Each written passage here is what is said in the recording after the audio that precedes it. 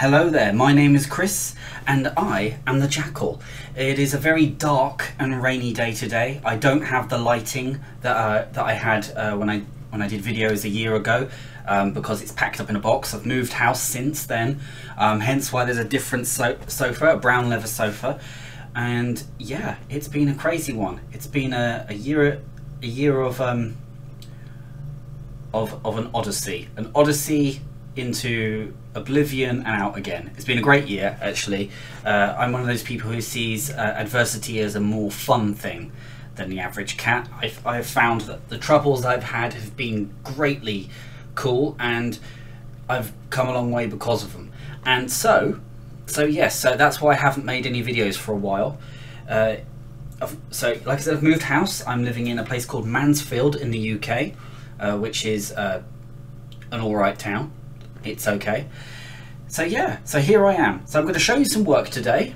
I'm going to talk to you about, well, I'm just going to tell you what happened to me over the past year, and it's just a catch up between me and you guys. You know, like you guys gave me a lot of kind words and a lot of love when I was doing these videos, and I stopped because life got in the way. So, and now I'm on the other end of it, and that's really great.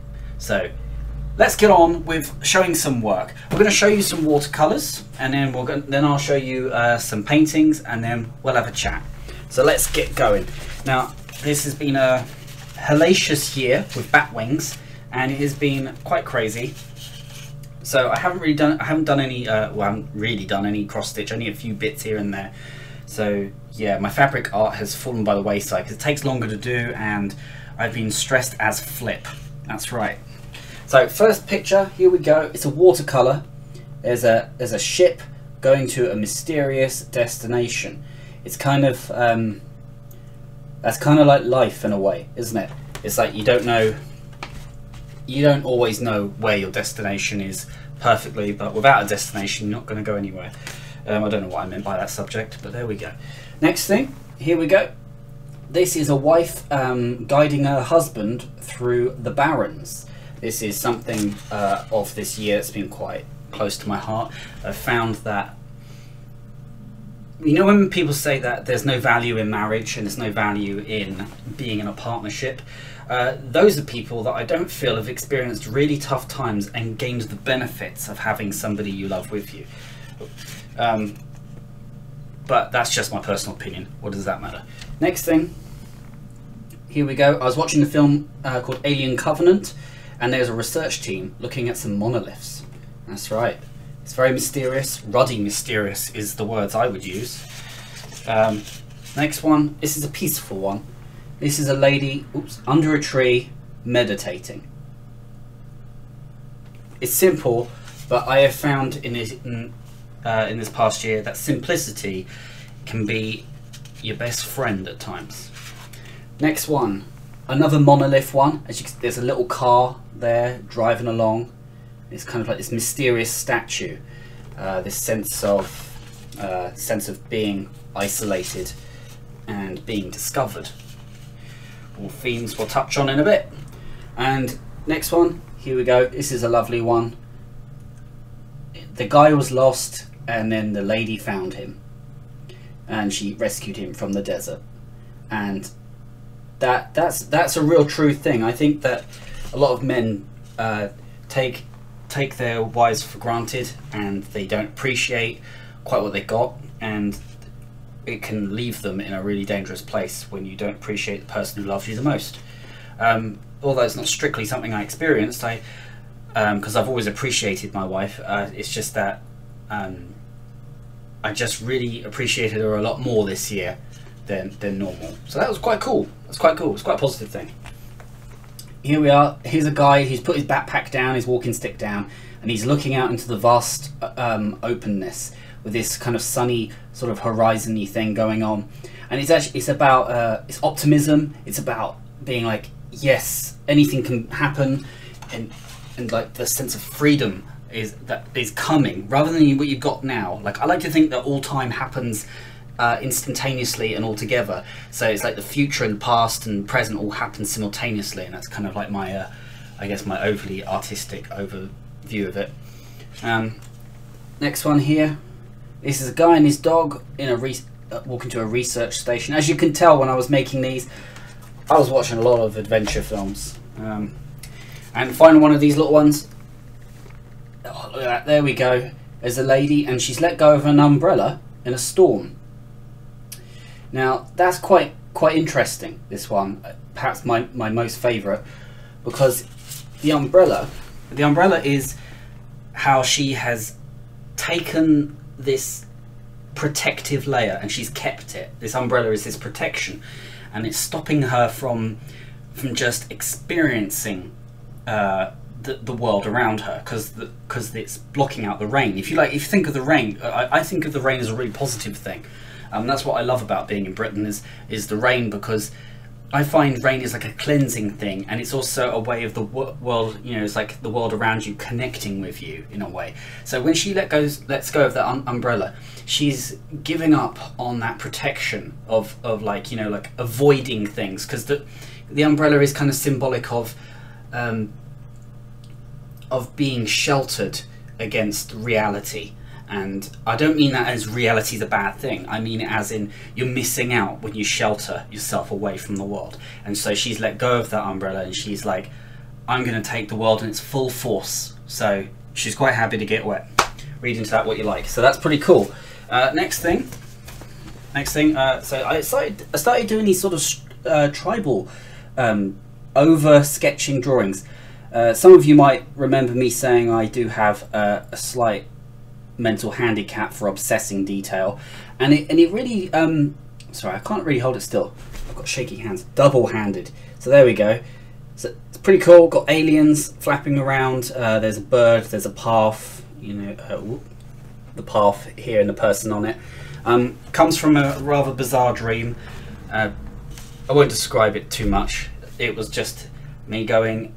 Falling out of the world into a kind of dream state. Into the dream state, there's a big bird, there's a path, there's a version of me telling me the truth, and you know, that kind of thing. And those sorts of dreams can be really interesting.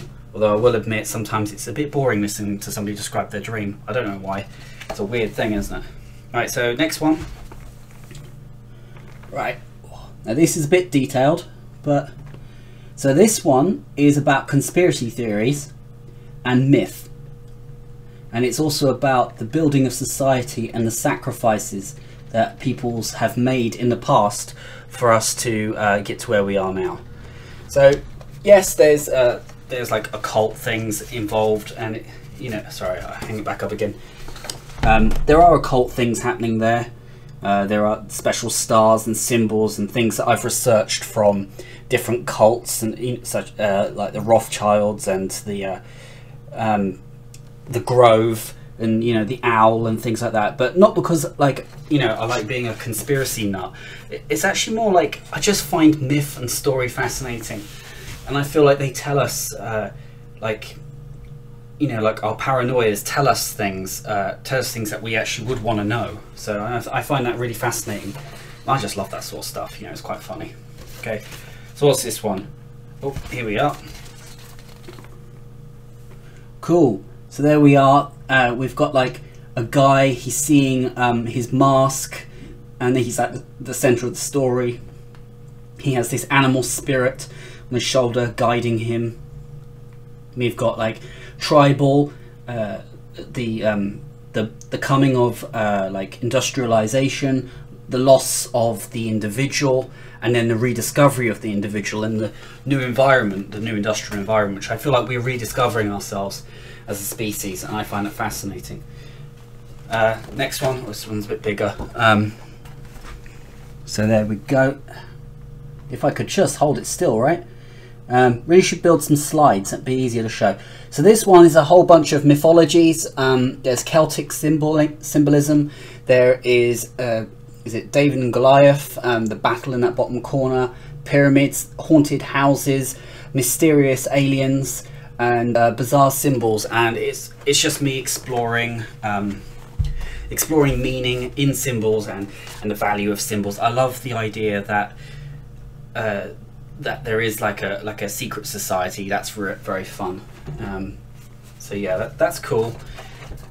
I mean, they are more deeper than that, but I just I don't think you really want to listen to me talk for over half an hour on each picture. So, next one. There we go. So this one's a bit more clearer in my opinion. So on this side here, you got the people kind of reverting back to their tribal state, but also being in the future, and it's about the communication of agriculture and the foundations of society, and then moving up into the more civilized and information age. So it's kind of whatever, you know, like if you like, there's a bit of information. Really, it's just a fun picture about you know, just people growing and becoming better and stronger in themselves. And what I mean by better is like feeling better about, you know, being alive, feeling better about other people, being more tolerant, being more open to other things, and about not being afraid of progression and advancement. So that's that. All right, now I'm surrounded by works. I'll just show a couple of these. We're coming towards the end. So here we are. This is King Pooch. As you can see, the crown is gold. It's very dark in here, so I know this doesn't look very good, but there we go. He's very cool. Now don't laugh. It's a self-portrait, and this dog is me. It's like my excited animal essence. I mean, we're all animals in the end, and watch me justify this. We're all animals in the end, and yeah, and I see myself as a dog. Mainly because, for me, dogs have always been really loving, and for me, dogs have always been those loving souls that have like looked out for me. Like whenever I'm sad, my dog is there. My dog is like, yo, why be glum when you've got a furry baby to stroke? I'm like, good point. Here's this one. That one's the one behind my head's a spaceship. This is another one. This is a hand raising up civilization. I quite like UFOs at the moment, not because like I'm a UFO nut or anything. I love the idea that there is this like friendly visitor coming to help elevate society. That's the concept I like about aliens. I mean, I know that like speak to some people and they will say aliens are here to destroy us, but I don't really think too much about that. So there we are, different bits of that, but that's not fully finished, that one. Let's take this big one. Whoa. As you can see, there's a lot of metallic paint there, metallic paint pen. Now this one, it's called Hard Times. Now it's called Hard Times as a bit of a joke. It's a bit of a joke. It's oh, this is a canvas, by the way. You know, these are paintings. Yeah, it's a bit of a joke because like I've found my hard times to be hysterically predictable, comical, and that I realised most of the time that I'm at like the eye of the storm. Like all my troubles are really kind of down to me and how I've decided to respond to the world, not so much how the world's treated me. So this is like me like showing an image of me being over like, did I bump the thing? Me being like a tank, you know, like a walking mecha dog war machine, and it's like it's completely unnecessary because the people around me are just these friendly ducks being like, what you doing, mate? There's no war, there's no fight. Because that's the thing, like I did have like this obsession about fighting everything all the time. So yeah, so there's that one. That was really good. It's quite a big one. I like that. I'd like to work on something a lot larger actually. Thinking about going A1. Right, oh yeah, we've got 2 more bits and then we'll have a little chat about what happened to me over the year. So here's this one. Now this one is inspired by something I've started to become really fascinated with. I'm really into tribal art, and I love tribal art, and I think it's like one of the greatest things because it's simplistic and it's kind of non-elitist, and I don't like elitism in art. So you know, and this one's kind of inspired by tribalism, but I was really interested in tribalism in Europe rather than Africa, because like I've seen a lot of tribalism from tribal art from Africa, and it's good, but like when that's been your bread and butter for years, and then you go, oh hang on a minute, there's a whole bunch of European tribalism that's really interesting, I suddenly was like, oh, that's really cool. I was playing a computer game called The Witcher, and that's kind of got like a lot of our European ancestry, and that's really interesting. Like, and I say our because I believe that we're all human beings and we all share everybody's ancestry. That we're all connected, and we're all from the original creature. There was apparently an original mother. There was a woman who started it all, who made all of us. So whatever our colour is, we're all from the same woman. We're all from the same mama. So, but this one is talking about like Norse.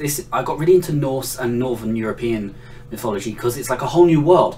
Like, you wouldn't believe how cool like European ancestry really is. Like, we've just got so much going on. So there we go. Look at that. Isn't that beautiful?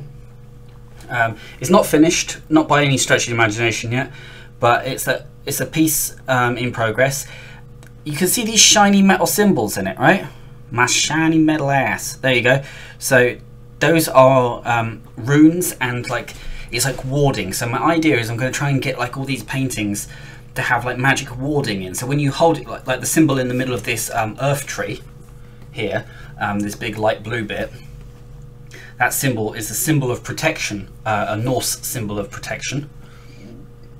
And yeah, very cool. It's very cool because like when I look at it, I feel like, okay, I'm focused, I've got protection in the house, and that's really cool. And that's something I'd like to do with my work, is I'd like to create these art pieces that are about protection.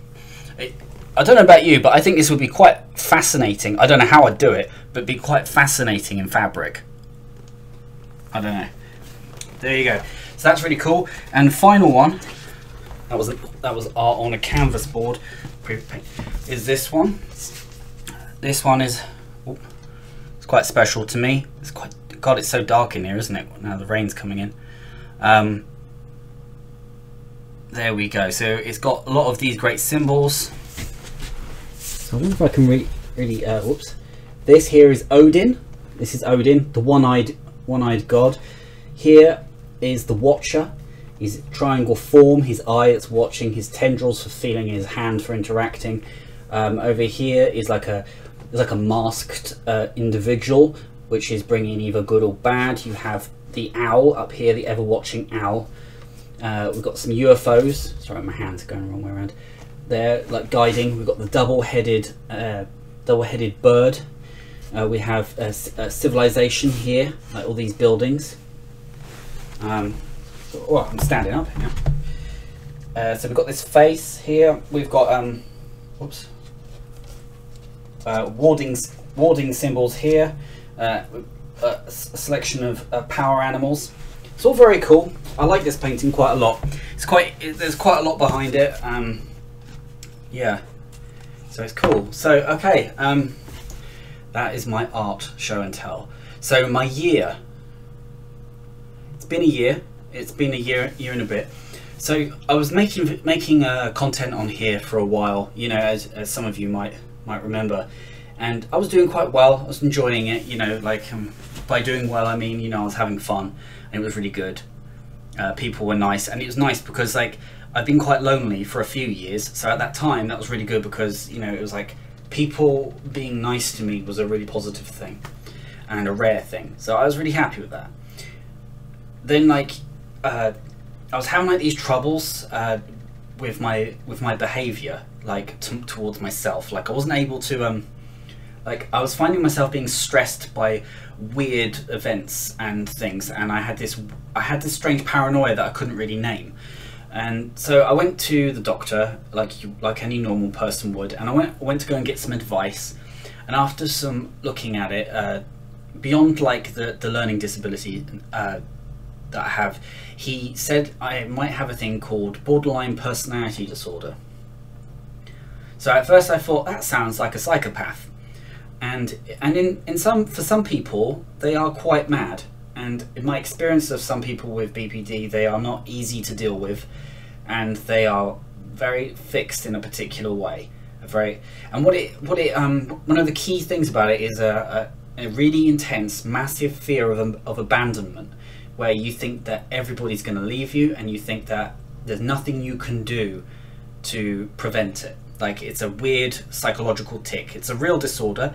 Some people with it are extremely destructive, and I would class as quite dangerous individuals because they have no interest in improving themselves. Then you have a whole bunch of people who, like, I think probably the vast majority of people with it, in my experience and research, who are really, really good people who got this abandonment fear from trauma at a young age, or and trauma, it doesn't necessarily have to be like, you know, like being tortured physically. It can be different. There's lots of ways BPD can come about in an individual. It's predominantly in women, but you do find it in men. I am a man, at least last I checked. Otherwise that would have been a surprise, wouldn't it? So yeah, back on the serious point. So, but that's my point, is I'm not too serious about it, because the thing with BPD, that some people with it, is it can be cured, because you can cure it through practices to improve your mind. And that's what I've done. I've been meditating, being spiritual, being open to new things. I've been using a thing called CBT, cognitive behavioral therapy, which is relearning how I respond to things, which is actually something that people who are entirely normal should probably do anyway. And because it really does improve how you react to the world. So mindfulness has been a major thing. One of the things I've done for mindfulness is basically is just being present in the moment. And what does that mean? The next layer of that cake, well, it's about being how I do it. For example, I'll have some toast in the morning and a coffee, and I will enjoy the flavor and the taste and the texture, and I'll be like, in my mind, describing the pleasure that I'm feeling in that moment. And it draws me straight into the moment. And what that means ultimately is I'm not thinking about what's going to happen to me in the future, and I'm not thinking about what happened to me in the past. Like, I am deciding that what's important is what I am now, and what I can do about my life is I can do it all in the now. So and that kind of that's how I've been dealing with it. So this BPD thing, I had this massive paranoia along with other things, and it gives you irrational behavior. So for example, it could be a really simple problem, and I would just be emotionally unstable for it, because it would be related to something within the network in the brain. But then, like, typical me is, if it's a really big problem in life, I can deal with anything. It's like these tiny little weird problems that are wormed into other things. So luckily I wasn't massively far along. I wasn't like super screwed up or anything. But when I heard it, when I first found out about it, there's a lot of stuff out there online that says people with it are evil, and that they're bad people, and that they're destructive, and that they always destroy people's lives. And because you see that, you start to feel like, oh, my destiny is to be a villain. And that really upset me. And then I kind of slipped in and out of being depressed, and then kind of drew myself out. I pulled myself away from a lot of people, and because I felt like I would be destructive, I really felt like there would be a point where everyone in my life would be gone, because that would be the best option. So I got very, very negative. But then I had like a series of really positive events inside myself. You know, like I started to work on one of the biggest things, and that's about valuing yourself. And how do you value yourself? It's a really strange thing. It's almost a ridiculous question. You know, but like, I just started to find value. So like this artwork, maybe to you it's rubbish, maybe you just humor it, I don't know. It doesn't really matter, does it? But to me, it makes me really happy. Like, making this work, even if the proportions are off, even if my composition is terrible, whatever it may be, and my style is whatever it is, I take great pleasure in it, because it's simple, it's pure, and it's to the point. Now, every piece of my work is actually about a very large social issue or social event. So like the Hard Times thing behind me is about the ridiculousness of being obsessed about being angry and depressed. So it does relate to the snowflakes, which is a term that's used at the moment about people who are easily outraged and can't control themselves. Those people who are emotionally unstable, and it's about BPD, where you're overly defensive and you protect yourself because you expect the worst all the time, even though what the ducks represent is most of life is not the worst. So there we go. Yeah, so you know, that really consumed me for quite a few months. I lost touch with myself, and I couldn't bring myself to make any videos because there's one thing I hate on YouTube, is I hate watching videos of really negative things. I don't like listening to people when they're in their worst place, because I don't feel like I feel like, I don't know if maybe I'm making it up, but I feel like when you sit with somebody who's really negative for a long time, or you watch a video of their stuff, and then like it kind of rubs off on you, doesn't it? It makes you feel like, oh, I feel like a bit down for some reason because I've just watched this video about how Brexit is the end of the world, you know, and that's not like a great way. I mean, obviously you should care about the things that matter and stuff, but like, you know what I mean. So I didn't want to make a video that would make you, like, or anybody who watched it, depressed, because I couldn't take anybody being depressed around me at that point, and I didn't want to put that back out. So I've managed to get through it, and it's been difficult, and then to top it off, what got really difficult early in the year, actually, just after Christmas, after the last video I did, I was kind of intending to start making my videos again and get back into my stitching and get back into my drawing and my painting. But then my landlord decided he was going to sell the house, and then we were kind of on this sort of, in this weird state of limbo where people would be coming around to view the house constantly, and you know, and that wasn't great. And then the neighbours next door were like domestically abusive to each other and the kids, and that was really horrible, because that's not something it's not a subject I like. I mean, who does like that subject? But you know, to me, it's quite a personal thing. I don't like that, and you know, and there's lots of little things about it. You know, about that time, like I felt I was losing my home, and I had job troubles. Still have a few job troubles at the moment. People, because like, you know, it's easy for people to say like, oh, we're inclusive and we hire people with disabilities because we realise that there's just one aspect they struggle with, and then they could be this wonderful person in the rest of the bit. They're not interested in that really. In reality, they just want to look good, but they only need one person to do that, so hiring two can be difficult. And then also on top of it, as my self-esteem has been really difficult, so I've stopped myself from going for jobs that I could do and actually would make more money doing, and I would be happier, because I felt I was rubbish. And so because that phase has kind of ended, I've made a video, because I feel like if I make this video, even with this poor quality, bad lighting, dark room, hysterical rain outside and the gloomy clouds, I thought even with all this, it's a symbol that I'm back on track, and that's really cool. So yeah, you know, but after all of that, what I have been doing then is I've been looking into myself. I've been asking myself real questions. Who am I? What do I want to be? What do I like? Who do I want to be friends with? What do I want to be in the future? And I've been basically, you know, not allowing attachment to impede my, you know, my advancement.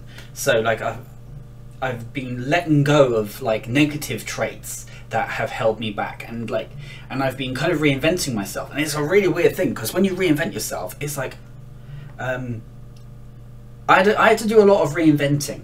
So and I'm not alone in this. When people reinvent themselves, you know, like really do, it's like burning off dead wood. And when you're doing it properly, often you find yourself with nothing left.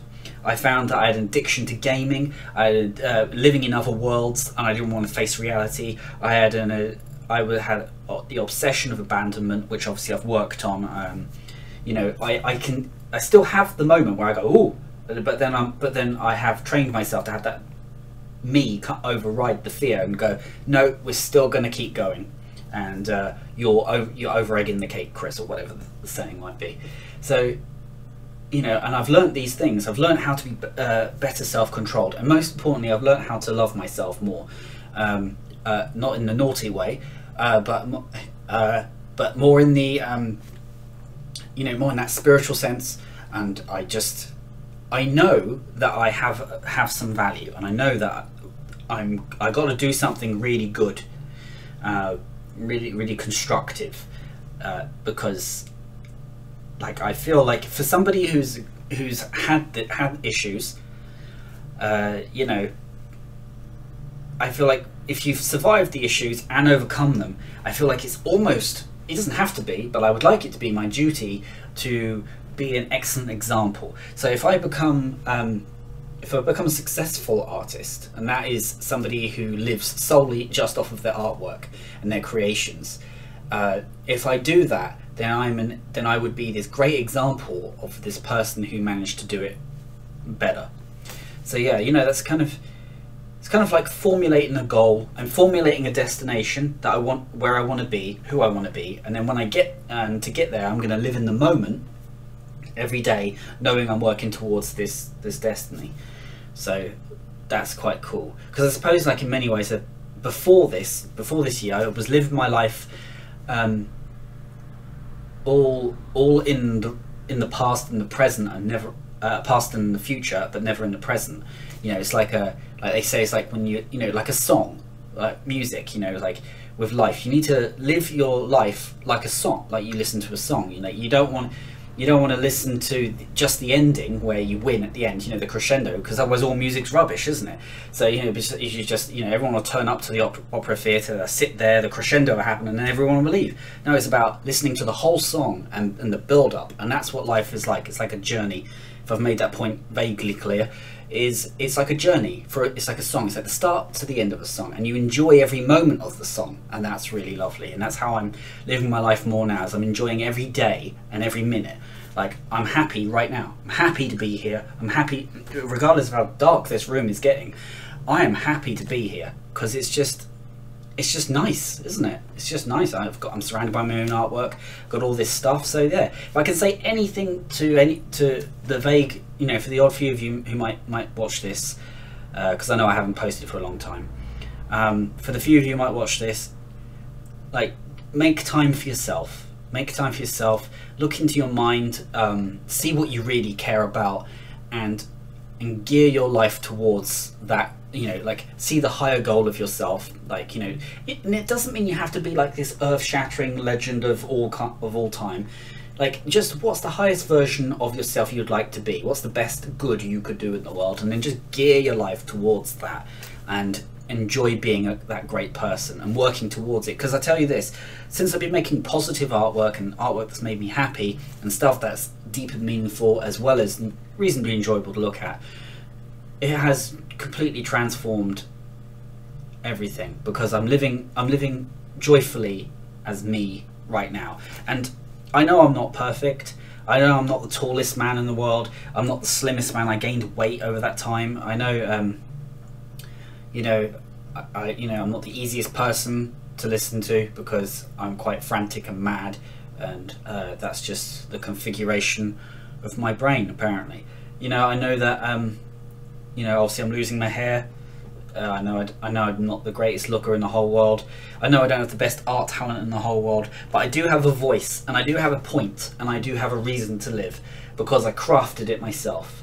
No one gave me anything. There was no cavalry that came. I wanted a cavalry to come along and save me. Nobody was coming.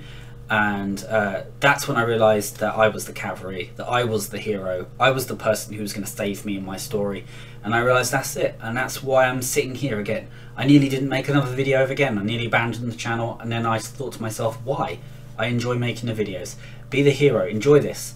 Because I bet you I'll get one nice person out there who will say, oh, it's great to see you back, Chris. And you know what how that'll make me feel? It'll make me feel flipping fantastic. Because I'll be like, somebody likes me, and that's really nice. That's a really nice thing. Because I'm very lonely at the moment, because I've gone through that very difficult period of time, and I'm rebuilding my life now. So I'm going back to I'm back at the gym.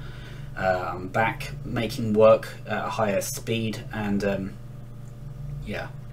So all is good in the hood. Man, I'm so street.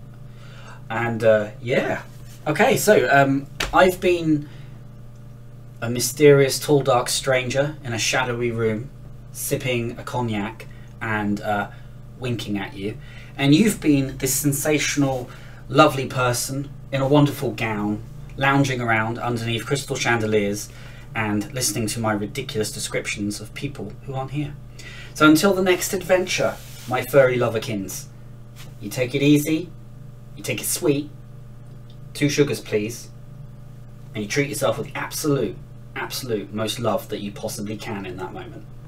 Bye bye.